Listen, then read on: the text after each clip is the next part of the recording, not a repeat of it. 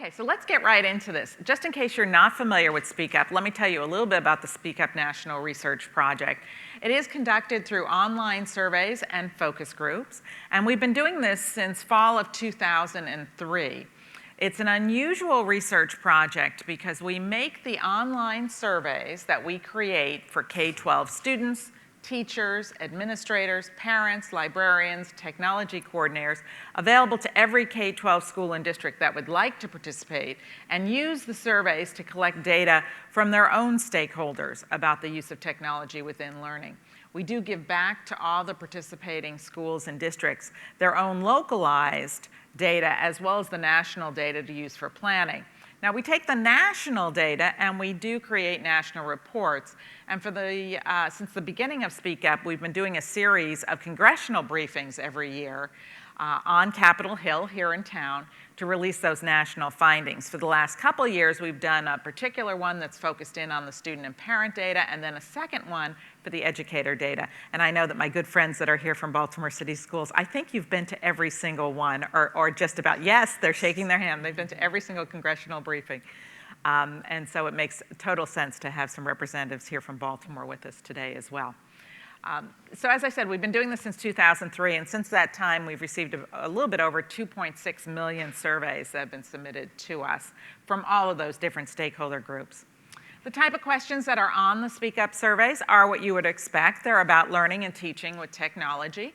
We ask all of the respondents not only about how they're using technology, but what are their aspirations for using technology? What value do they associate with the use of different types of technologies? We also ask different questions of different audiences. So we ask, for example, we ask parents about internet safety. We ask teachers about their professional development needs. We ask administrators what are the challenges that wake them up in the middle of the night. And then we also ask the respondents, all of the different respondents. So if you were in charge and you could design the ultimate school for students today, what type of technology would be in that school? And I did bring some of that data with us today. So of course, we've been polling on mobile learning for several years. And so it's also interesting for us to look at how that sector or that particular market has changed over time. So the data that was used for this report that we're releasing today is from Speak Up last fall. The surveys were open for about 10 weeks last fall, mid-October to mid-December. And we had about 416,000 online surveys that were submitted at that time. You can see the breakdown there. We, for the last couple of years, have had very strong participation from Maryland and Virginia, for those of you that are local. And within our national data set of participating districts, Baltimore City is always in our top 10 list of districts that participate with us. We have a fabulous group of sponsors, my good friends at Blackboard, as well as my good friends that are, of course, the host for this year's Wireless EdTech Conference, Qualcomm's Wireless Reach Initiative. Oh, I already mentioned about the congressional briefings, so you know about that. The reports are available on our website. And I would be remiss, totally remiss, if I didn't tell you that Speak Up already opened up last Wednesday. The surveys are going to be open from October 3rd through December 14th. And when I had checked last night, we were close to about 15,000 surveys having already been submitted nationwide. So we're actually a little bit ahead of what our schedule usually is. Anyway, if you're interested in more information about Speak Up, you can find that.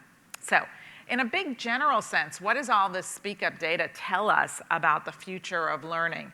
Well, this is the way I usually start off the presentations, because there's a couple really interesting points here in general about technology, and then very interestingly, there are linkages into mobile learning as well. So one of the things that we've been talking about for the last couple of years is that in many ways today's students are functioning as a digital advance team for the rest of us. Think of them as the tech trendsetters, the pace cars, shall we say. And if we pay attention to how students, such as Raven, are using technology outside of school in their personal lives, it's actually a very good predictor in terms of how they want to use technology within their professional learning lives. The other thing that really always strikes me is that for many of us, we talk about adopting new technologies. When I talk to the students, though, they are much more in tune with how they are adapting these current technologies to meet the needs that they have, either in their personal lives or in their learning lives. And that, I think, is also a particularly interesting difference.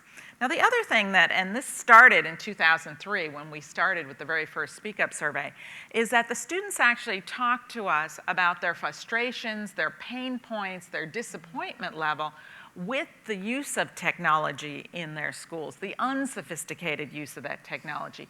It's not really about the lack of technology, but it's how that technology is being used to support their learning that creates that frustration or pain point with the students. Now, way back in 2003, in our very first report, we started talking about this digital disconnect between how students were living and learning their lives outside of school using technology, and then how it was being, shall we say, served up to them in their school lives. If I had, back in 2003, had a crystal ball, as Brian Lewis was given that crystal ball question to the panel just ahead of this, I would never have thought that we would still be talking about the digital disconnect in 2012. But that is actually the case. We continue to see this disconnect between how students are living and learning and empowering their learning lives outside of school with the use of technology, and that those needs are not necessarily always being met in their classrooms. All this has also led us to, which was the theme of this year's reports, which were around personalized learning, to really talk about how students are already personalizing their learning lives outside of school. And that, again, is putting new demands, new motivation even, on their schools, on their teachers to use technology in some different ways. Okay, so let's get into the very specific report findings here about mobile learning. And as I said, it's called Mobile Devices plus Social Media equals Personalized Learning. So a couple key findings, just right off the top. We do believe that for both students and educators, this unique combination of the mobile devices and the social media combined together is what's creating that personalized learning opportunity. And we've actually seen that here at the conference. You know, we've been doing, I know a lot of folks have been using Twitter here at the conference. We've been following that. We also did some polling everywhere. We had all kinds of video that was involved, all sorts of different things. And quite often you could have that sort of access through your mobile device. The other thing that we have found is that increasingly parents are supportive of students using mobile devices to personalize their learning, so that the parent support part of the conversation is actually changing the dynamic, particularly from a school environment. And that it still comes down to, and we know this from all the different technologies that we've been involved with, is that unless we see that change happen in the classroom, that we're really not leveraging the potential of these different devices. So the idea of how can these tools, these devices, change teacher practice is one that is in many schools and districts still a challenge, but one that we also see a lot of potential on the horizon for. Now, we also know, and it was discussed at this last panel, it's been discussed over the last day and a half to a great degree, is this idea of bring your own device, bring your own technology to school is actually getting a lot of attention. We've been talking about it here at the conference, but I know even in just the past year and a half that we've been polling on this with administrators, there's a great deal of interest in how to leverage student-owned devices. And there's lots of pros and cons associated with that. And then finally, the fifth key finding from this year's report is really this idea that as we're going forward with mobile learning, and we've heard this also echoed through the conference, that it really depends upon a shared vision. So what is that shared vision about regarding personalized learning, and how does mobile devices, social media, wireless technology fit into that conversation? So what I brought with me today is just a couple of charts, some from the report, some from our previous reports, just to give you a little bit of a flavor for the context of the data that's in the Speak Up database and also what's shared in the report. It is, once again, just a tiny little thimbleful of the rich data that's in the report. So what I really want to do is kind of run through this pretty quickly so that we can then get on to our panel discussion. Okay. So for the last couple of years, we have been polling students about their access, their personal access to a wide range of different mobile devices. These are not school-provided devices. These are actually student-owned devices. And we've seen a couple interesting things happen. We have seen that some softening in terms of students carrying shall we say, dumb cell phones or cell phones that don't have internet access being replaced by students that are carrying smartphones. But the real story has been in the tablet side. And so when we actually look at it comparatively from 2006 to 2011, that's where it really hits you. So let me interpret this slide for you a little bit. And we'll look at middle school 2006 to get started on the far left-hand side. That yellow bar are middle school students that told us they were carrying just a basic cell phone, a feature phone, a phone that had no internet access. We then see a very small, little tiny bit of tablets in 2006 and a little bit of smartphones in 2006 amongst those middle school students. But then look at the 2011 data from last year, and you can see that change happening there, and then the same also with the high school students. Now, we asked students how they would like to use a mobile device for learning, and basically it comes down to two buckets. The first one is students want to use their mobile device, a smartphone, a tablet, maybe a netbook, to be able to increase the way they do school now so that they could have ready access to checking grades, taking notes, accessing online textbooks, using the school calendar. The part I think is a little bit more interesting is how the students want to use the features and functionality of these devices to personalize that learning process. So to be able to do that research anytime they want, maybe to receive a reminder or an alert on their mobile device, test tomorrow, homework due. The students also want to use it to collaborate with each other and also be able to communicate with their teachers. Now, one of the things that we brought up in the report, which we thought was particularly interesting, is that some of the ways that students want to be able to use these devices changes a little bit if the students actually have a device. So if they have a smartphone or they have a tablet, we actually see greater intensity around some of the areas in terms of how they would like to use the device. So the idea of, for example, using the device to record or to video a lesson that's being given in their class or their classmates working on a class project actually becomes more of a reality if the student actually has a smartphone or a tablet. Now, we also asked parents about their thoughts on mobile learning and the benefits of mobile learning. And so again, we went back and did an interesting retrospective. In this point, just looking at 2 years back, 2009 to 2011, the yellow bars being 2011, and we see much stronger value statements around mobile learning from parents, particularly in the areas of extending the learning day, personalizing learning, increasing student engagement. Now, one of the most interesting questions that we've been asking on the Speak Up survey for about 4 years now is that we asked parents, if your child's school allowed for the use of mobile devices and it would be used for academic purposes, how likely is it that you would purchase such a device for your child to use at school? And these data findings, we think, have been very interesting over the last couple years. Almost 2/3 of parents tell us that they would be willing to buy such a device for their child. And what's been interesting with that is that we have not seen that number change very much over the last couple of years. It actually has stayed pretty consistent. The other thing that we think is really interesting is that when we disaggregate that data and look at parents from urban communities, suburban communities, rural communities, and parents that are coming from high poverty or Title I communities, again, we don't see very much differentiation in that number. When we further disaggregate it for parents of elementary students, middle school students, and high school students, we see a little bit of differentiation.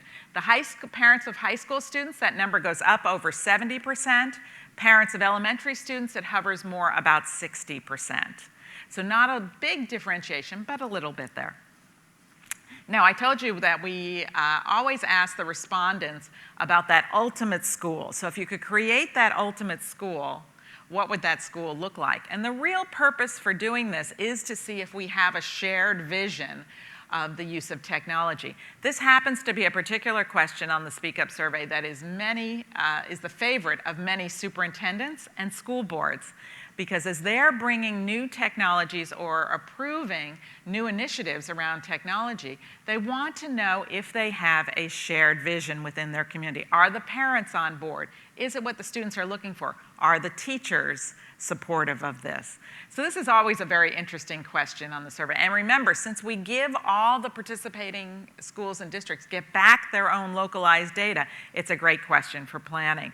So what I did is I just pulled some of the things around mobile learning. There's a much longer list of the type of technologies that we poll on here. And I brought with me data from principals, teachers, parents, students in grades 3, 4, and 5, and students in middle school and high school, so you can see this. So it's a very busy slide with lots of pretty colors, as you can see. But you actually don't need to look at all of the different items to see whether or not we have a shared vision or not. So let's just take a look at a couple different things here. So for example, when we look at the conversation around school-provided tablets, we see that the bars are kind of lining up together. There appears to be a lot of resonance around the value of that, whether it is from the students themselves or from their parents or from the teachers. However, when we look at things such as school-wide internet access, so a Wi-Fi situation, or ubiquitous access on campus, actually it's interesting because the students are more in alignment with the principals and the teachers, and the parents are a little bit more reticent on that idea, which we think is very interesting. And that has tracked over the last couple of years. We've continued to see that. When we ask parents about that in focus groups, because I do probably about 20 focus groups a year with parents, students, and teachers, parents have a great deal of concern about internet safety, as we all realize, and so that's where that comes into play. Now then, when we ask the different audiences about the use of student-owned devices, you see that our high school and middle school students are way out in front in terms of wanting that to happen. And interestingly, even our students in grades 3, 4, and 5 are outpacing the adults in that conversation. So it's a really interesting set of data in terms of understanding, do we have a shared vision for going farther with either a current mobile learning initiative or bringing something new to the table. Okay, so I'm going to sit down now and start my conversation with Ms. Walker and Raven. So it is so nice to have you both here. Thank you. What I'd like to do, Ms. Walker, is if you could start off by telling us a little bit, I know a little bit about what's going on at Liberty Elementary School regarding your tablets, but tell me about what's going on in your class. Well, in my classroom, we have one-to-one iPads. So my students, they come in every day and they receive their iPad. Well, when the kids come in, we look at Channel 1 News, which is through our Promethean board, and then we start the day by using the iPads. The iPads have all sorts of apps on there. One in particular we use in the morning, which is called Learning A to Z. So each student reads on different levels. So they click on the app, and then they get started with their independent reading based on their reading level. And then I'll pull a group, and then I have an experienced core worker working with me half of the day, and she pulls a group as well. After that, we go into math, and we use a program called iExcel. And iExcel is a math program that we use to just reinforce anything that I have taught from previous lessons or from any lesson that's current. We use the apps, the iPads every day. I try to bring the world inside of my classrooms to my students. So if it's anything that we would like to research, we use Time for Kids a lot. So if it's anything else that they would like to add in, especially like for a piece of writing, they can actually go in and research and expand on anything that they would like to express themselves on. Okay, so I've got several follow-up questions for you, but hold on, because I want to hear from Raven first. And remember, folks, I'm not going to hog the whole Q&A time here. I'm going to open it up to you in a couple minutes here. So Raven, so you get to use this iPad in your class. So what do you think about that? Well, it's I like it really much because, well, when I was in 4th grade last year, we was like, that's kind of when we like started to use hands-on on the technology. We used netbooks in 4th grade.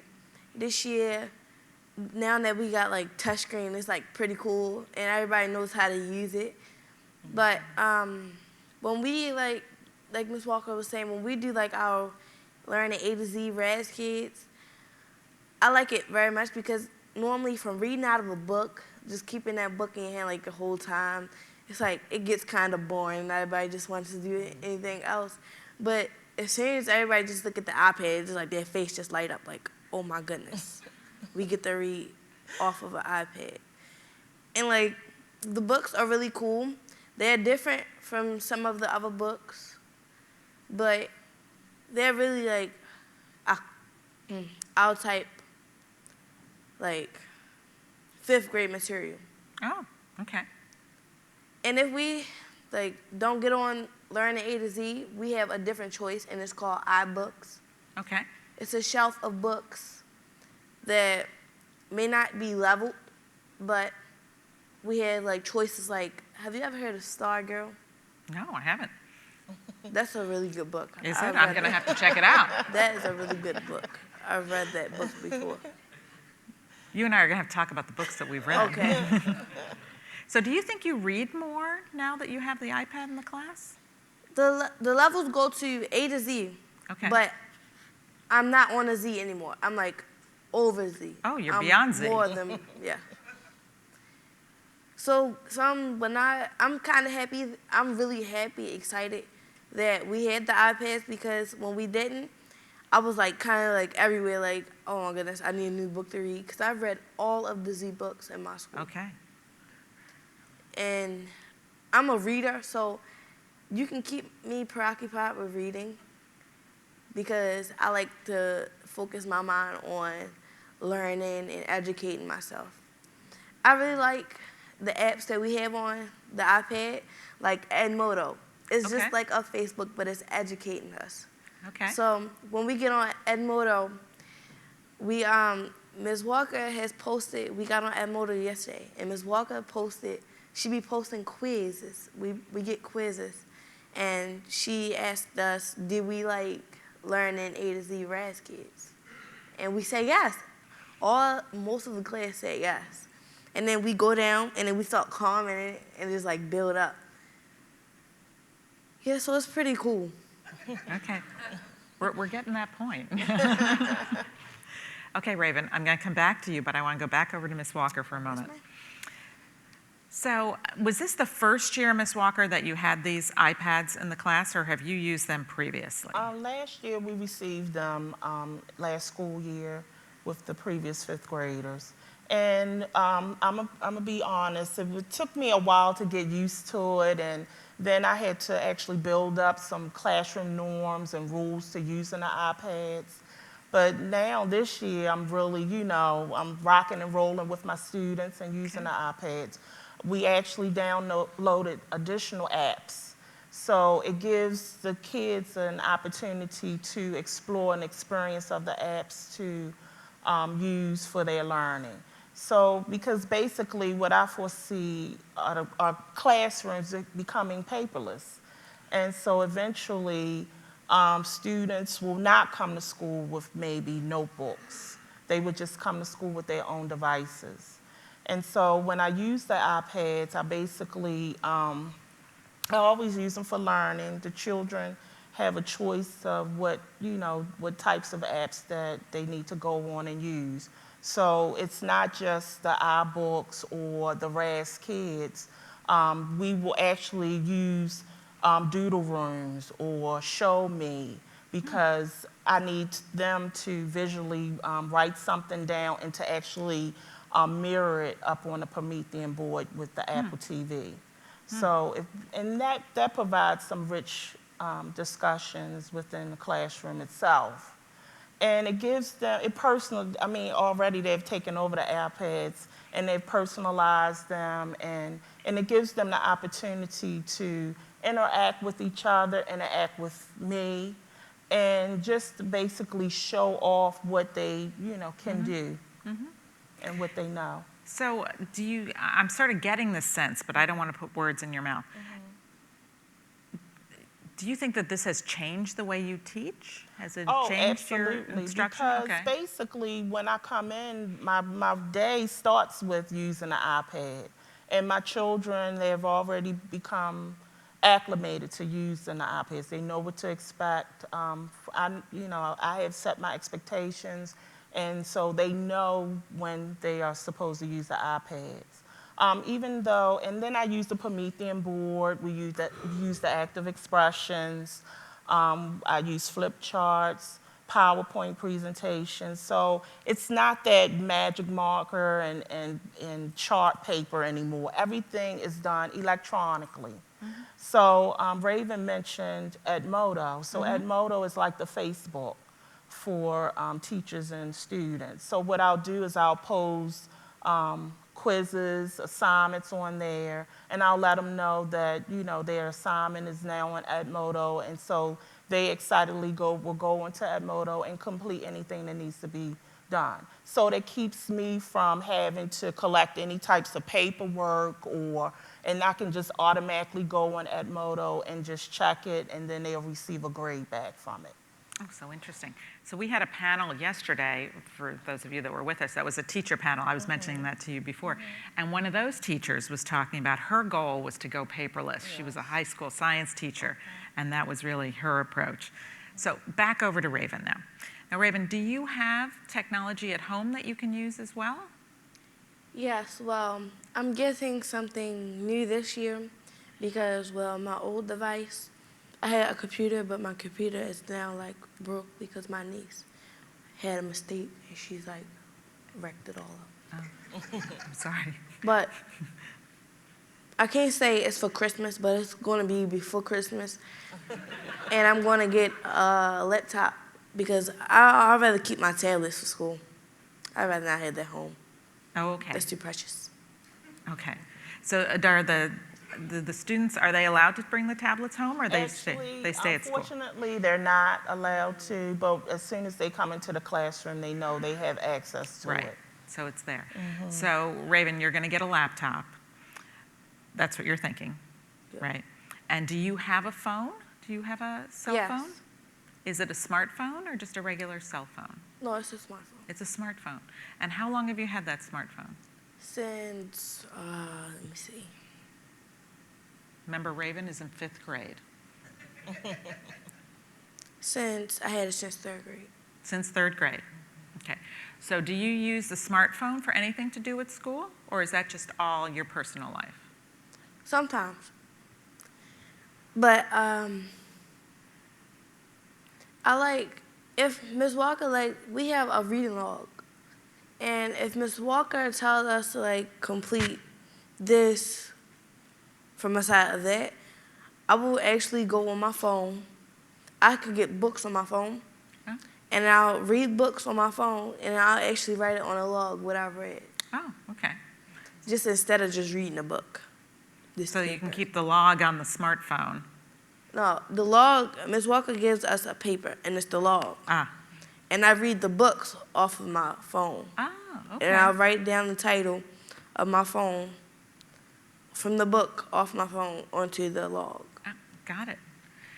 Okay, so Ms. Walker, in terms of thinking about other teachers that are out there, and you know, I know that Liberty has a big push on technology with mobile learning, but I know that there's other schools in Baltimore, or even other schools in Maryland and other schools around, where they don't have that same big push. So what would you tell other teachers about the use of tablets or other mobile devices within school? I would basically tell them that it's a wonderful tool to use, but the thing is, you have to get staff on board with using technology. And basically, you have a lot of your seasoned teachers who are in schools who are still, you know, they would shy away from using a lot of technology, but they don't realize that it can be something that, you know, can be a very useful tool. In Baltimore City, we have students who don't have the technology at home. That's right. And so that's why we try to provide enough technology for them in the classroom. So what I would say to teachers who, I basically would tell them, don't be afraid to use it. That's one thing. Try it. You have to use the tools that you feel comfortable in using. And so, I mean, I had to get used to it myself. And I knew that I needed to push my students in the right direction to get them prepared for the 21st century. And a lot of times we had well, during the summer, let me get off the subject, I had visited some technology companies. And one of the things that they shared with us is that it's hard for them to try to hire college students who are interested in computer programming. And they noticed that, and they even shared with me that using the computer or being knowledgeable about using the computer is just the thing now, that you need to have some type of knowledge. It's essential. Yeah, it's essential. Okay, I have one more question for Raven, and then I don't know where Erin is. Out here, or our microphone is over here. Okay, one more question for Raven, and then we're going to take some audience questions. So, what does your family think about this? What do they think about the use of the tablets? Do they know about it? I was hoping you would ask me that question. Okay. Well, my father is pretty big on technology. Like, my family just loves technology. My brother, I go over his house a lot because I just love his devices. He has a laptop. He has 2 of them. And he has like a regular home computer. And my father, it's like an on and off with me and him. He just does not like me to touch some of it because it's like some of it's his personal and some of it's not. So he has his limits with me. Oh, okay. I can't say it's cool because, like, we have to get, my mommy, she really bugs me because I have to get separated times because me and my brother would actually start fighting over one device. Ah. And then she, like, breaks us up. Like, all right, you had 30 minutes and you had 30 minutes. Like, what did I do to get the 30 minutes? I do not deserve 30 minutes. See, that's why I need my own. But my family loves it. I talked to them. One of our homework goals is to go home and share with your parent one thing that we've done that day. So last night I went home and I talked to my mommy, and I tell her every night that we get on Raz Kids, and I talk to her, I explain to her what books do we read. And I tell her that it's helping me and it's improving me. And I really honestly think that mankind should have started off with technology in the beginning. Okay. Tell us more about this, Raven. I'd love to. So, yes, my family, I talked to my father, and my father says, that's good. So I come one time, last week I came home, and that's when we just would start to bring in iPads all the way, when we just started to use Raz Kids.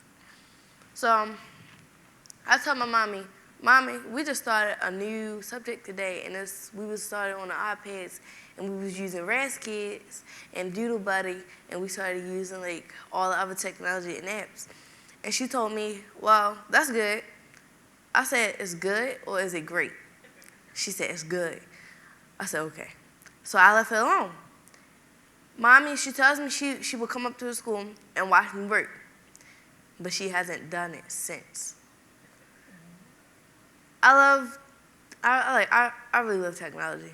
Not only because I'll play on it, but it's just because I have other qualities in being in technology.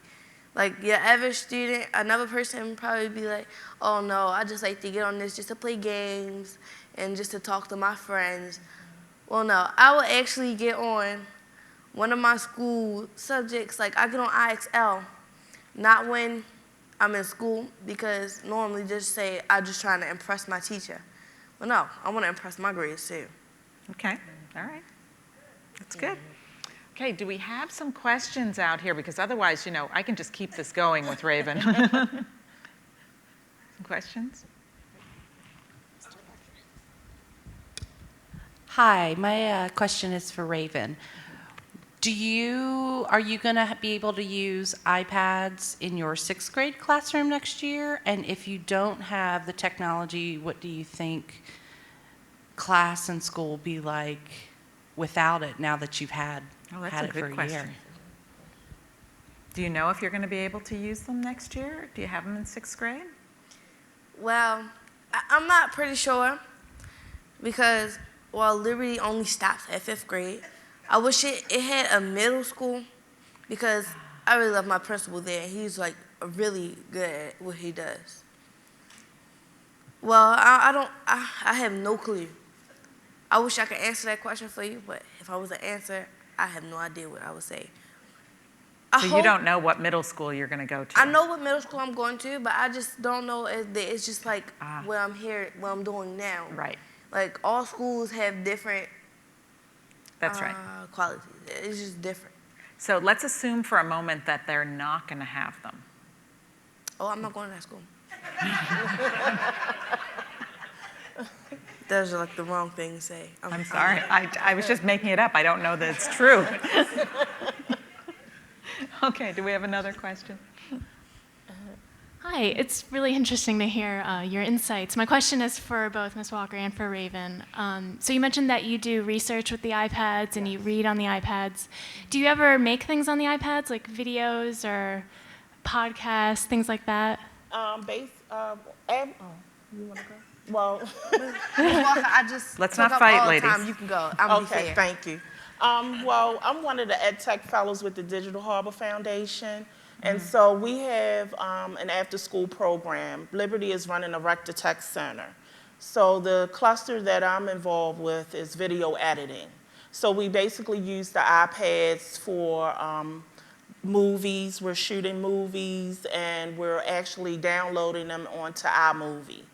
And so basically that's what we're doing right now for the after-school program with the apps. My vision as a classroom teacher is when I have my students finish a piece of writing, what I would like to do is actually take the iPad and videotape them presenting and maybe emailing it to their parents so that they can see exactly what they're doing in the classrooms. So that's basically like a visual report and to let the parents know what they're doing. Okay. Well, yes, she's right. We do have an after-school program, and that's what I'm trying to join. I'm trying to join her class in video editing because we have this trip coming up in January 10th, and we're going to North Bay. And the video editing group, we're going to take the iPads, and basically the whole week we are going to just tape everything that's going on. Down what's going on in wildlife in the woods. But remember, we can't always have them because we have to like do our daily activities and we still going to learn down there too. We have classes. So, yeah. Okay, Okay, great. thanks. I actually wanted to ask a follow-up question to that. Raven, you had mentioned that you're a reader and you're an avid reader. Are you also a writer? Yes, I love to write. If Ms. Walker likes to like do a lot of writing in her classroom. Even though she's a mathematics teacher, she like loves to write too. So she gave us this paper. She gives us a lot of time for kids, and then we have to do reports. So we have to write paragraphs about our TFK. So as soon as we start, I'm just gone. If anybody, I'm really focused, so if anybody tries to talk to me when I'm writing, I'm just like, what did you say? I did not hear you. So we did, on the last one we did, it was bullying. We did one on bullying and how 47 states has laws about bullying. And only, Minnesota and Massachusetts are tops. They are the most qualified for bullying. They do not want it in their states. Interesting. Okay, other questions out here?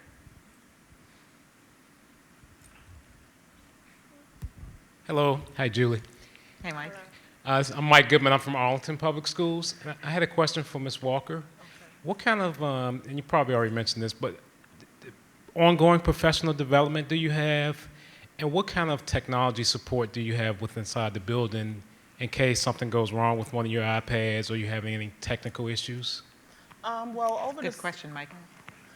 over the summer, I had a chance to work with 9 teachers, and we were actually selected to become a part of the Digital Harbor Foundation. And so what they did was they basically trained us on how to use technology, how to troubleshoot, but we also have a technology department. We had technology support last year, in which a person came, Ms. Harris came to visit us, and she helped us troubleshoot different technology problems if we had them. And basically, it's just learning. You just have to actually, put your heart and mind. If my Promethean was to, well, you don't want to know that story about when the bulb went out, but if I had problems with apps, I know exactly what to do. I can go into my MacBook and find out what happened with the apps and try to download them back into the iPads. Right now, I have 2 iPads that are non-functioning, so I have to go back in and do some troubleshooting with those iPads to get them up and running as well. So as a teacher, do you feel like you have enough technology or technical support Oh, with yes, your class? we have the help center, we have the help desk if we needed to call them for Baltimore City. And then I have other colleagues in the building who know technology and can help me troubleshoot. I mean, I had a problem with the Apple TV one day, and I was able to text one of my colleagues downstairs on the first floor, and he texted me right back and told me exactly what to do, and it was up and running again. You're doing a great job with Raven. So we just basically have a lot of technology support throughout. If I can't get a hold of Ms. Harris, then I know that I can, count on someone in the building who can get me out of that problem. Sounds like you have good community support. Oh, we do. That's fabulous. Well, folks, we're starting to run out of time, unfortunately. We do have the rest, remember the rest of the folks are coming in here in just a couple minutes. So what I wanted to do is I just wanted to ask one last question, but we do only have a couple of seconds left here. So where do you think this is all going? What's your vision, either one of you, Ms. Walker or Raven, about the use of technology? What will 5th grade look like 2 or 3 years from now? Well, my vision is I think 5th grade in like 2 or 3 years, if like the economy doesn't get better or worse than what it is, I think all teachers will actually like open up to technology. They will actually like start, maybe they'll see more shows about what just happened today. Maybe they'll see like, oh well, maybe technology is not as bad as I think. Maybe pencil and paper is bad as I thought though. Because pencil and paper, students may complain like a lot, like, oh, pencil and paper, this is so unfair. You see students at Liberty Elementary, why cannot we be like their principal? Why can't we have technology and do other things? See, because other kids, they might seem like it's not fair. Like what we get is like a one-time opportunity.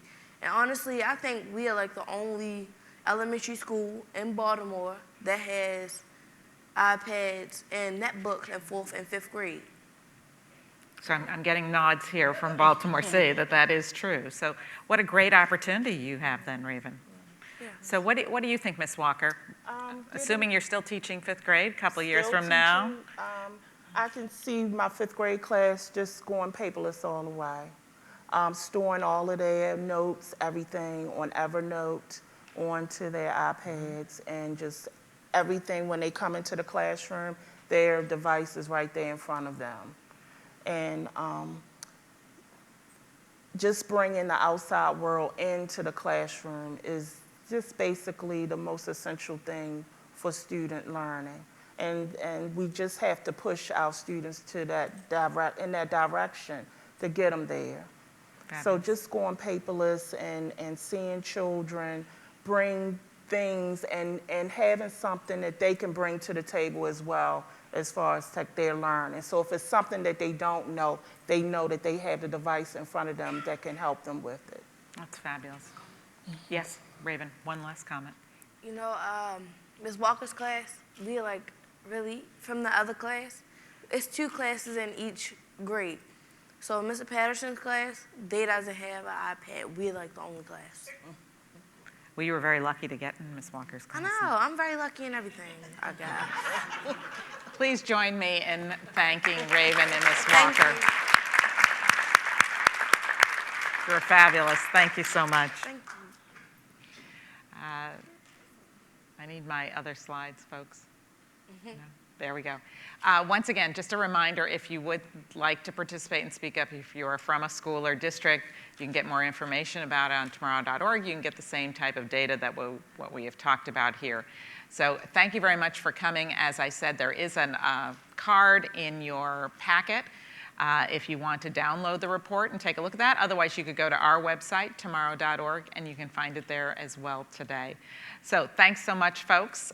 Here's our next plan so that everybody knows what we're doing. We are all just going to stay in place right here. We're going to move off the stage, but everyone here is going to stay in place. Dr. Dede is going to come in with his group that was talking about augmented reality.